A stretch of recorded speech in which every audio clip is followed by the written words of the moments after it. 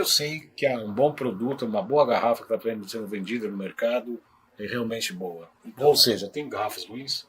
Tem, não é que tem, veja bem, o problema é a tecnologia que é utilizada. Né? Então, eu vou partir para duas, porque nós temos aí pouco tempo, mas eu vou dividir a coisa em duas partes. Primeiro, o único meio, digamos assim, razoável e disponível para a gente conseguir o hidrogênio é através do que se chama eletrólise, aquilo que nós falamos no primeiro programa. Então, a eletrólise é a base tecnológica, apesar de ser muito simples, de você quebrar água em oxigênio e hidrogênio. Agora, para isso acontecer, nós chamamos assim, primeira parte, eletrólise aquosa. A eletrólise aquosa implica na água. A água ela não é um bom condutor elétrico. E para mim poder quebrar as moléculas, eu preciso de ter corrente elétrica passando pelos elétrons, pelos átomos, para poder desligá-los. Então, de uma certa forma, resume mais ou menos isso. É uma química, é uma reação química por conta da corrente elétrica. E aí o que acontece? Para que eu tenha água condutora de eletricidade, eu preciso de colocar nessa água sais.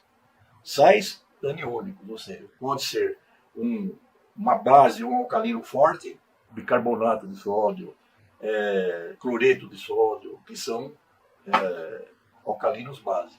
E posso pôr ácidos também, por exemplo, o próprio ácido clorídrico ele funciona como um condutor dentro da água, um ânion, né? Uma coisa que modifica essas estruturas de pontes de elétrons para que a corrente flua e quebre a água em oxigênio e hidrogênio. Muito bem. Esse ponto é muito importante pelo quê? A maioria dos equipamentos que existem no mercado, né, eles trabalham com eletrólise aquosa. E trabalham com eletrólitos da água. Só que a gente não sabe exatamente quais são esses eletrólitos, porque esses eletrólitos são oferecidos junto com os equipamentos. Não é você que monta o eletrólito. Então, é preciso ter assim, conhecimento.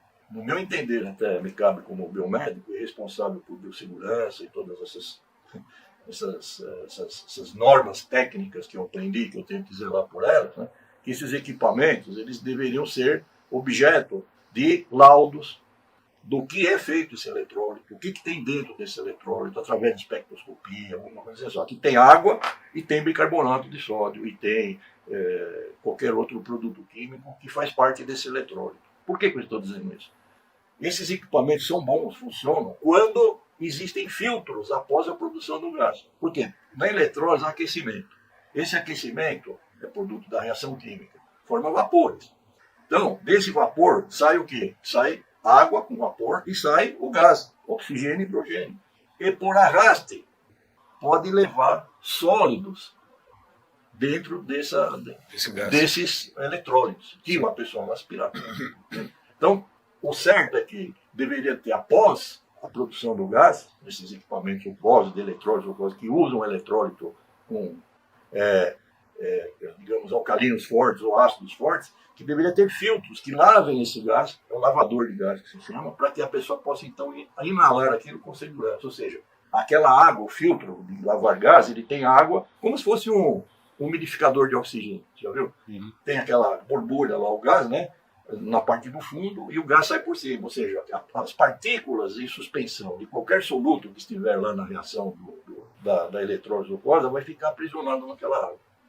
Caso não tenha, existe o risco das pessoas inalar esses sólidos. Os sólidos de soluto. Mas e a garrafinha? A garrafa já é um outro processo, porque aí que está. Então esse é o primeiro processo, tá? A eletrólise para inalador.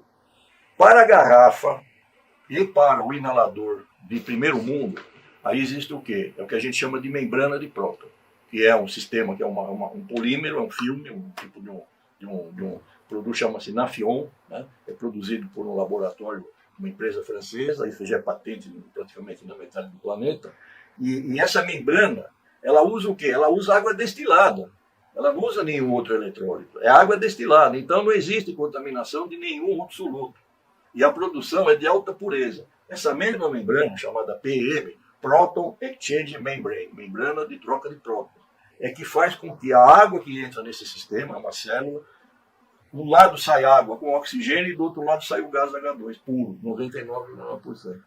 Essa é uma eletrólise, só que é uma eletrólise seca, né? Que ela não usa nenhum eletrólito, Nenhum sal. químico, né? E esse processo é o mesmo usado na garrafinha. Só que na garrafa, você tem uma célula muito menor, e por ser menor, a produção na garrafa é muito menor. Então nós estamos falando, o inalador, em geral, hoje pode produzir 150, 300, 600, 900 ml, 1.500, até 3.500 ml até. Mas, junto, tem o oxigênio, que é 1/3 daqueles 2/3, lembra que falamos? Mas esse aí tem que ter cilindro de hidrogênio. Não. O próprio hidrogênio que a máquina separa na água, por exemplo, você tem um inalador, o médico lá vai te colocar numa máquina que se está um problema muito grave, um estresse oxidativo, uma doença muito grave, que o hidrogênio em grande quantidade pode ser mais profícuo.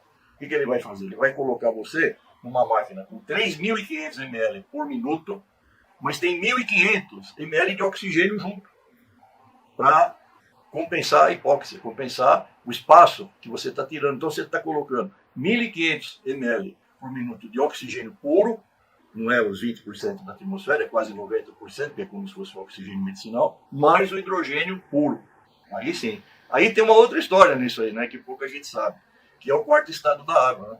Aí entra uma outra novela, que é o Easy Water, né, do Gerhard Pollack, do Gilbert Ling, que é o quê? Esse quarto estado da água é entre essa forma de desmontar as moléculas de hidrogênio e oxigênio, você vai ter o H3O2, que é o quê? O hidrônio.